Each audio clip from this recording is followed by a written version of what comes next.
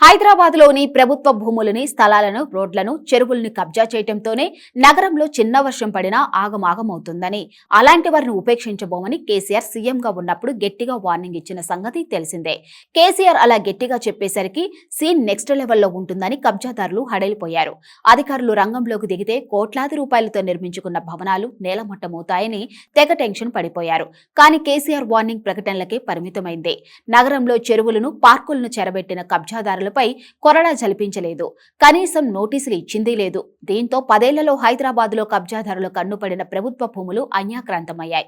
ఈ క్రమంలోనే కాంగ్రెస్ అధికారంలోకి వచ్చాక సీఎం రేవంత్ రెడ్డి తన యాక్షన్ ప్లాన్ ను అమలు చేస్తున్నారు. హైడ్రా అనే వ్యవస్థను తీసుకువచ్చి అక్రమార్కుల గుండెల్లో దడ పుట్టిస్తున్నారు. నిబంధనలు అతిక్రమించి ప్రహరీ గోడలు, భవనాలు నిర్మిస్తే ఎట్టి పరిస్థితుల్లో ఉపేక్షించవద్దని ఇప్పటికే హైడ్రాకు ఆదేశాలు ఇచ్చిన రేవంత్ రెడ్డి ఇందులో మన తన అనే తారతమ్యం లేకుండా దూకుడుగా ముందుకు సాగాలని ఫుల్ పవర్స్ ఇచ్చేశారు. ఈ నేపథ్యంలోనే హైదరాబాద్ లో హైడ్రా పేరు వింటేనే అక్రమార్కులు హడలిపోతున్నారు. మరోవైపు హైడ్రా దూకుడుతో నగర ప్రజలు ఖుషి అవుతున్నారు.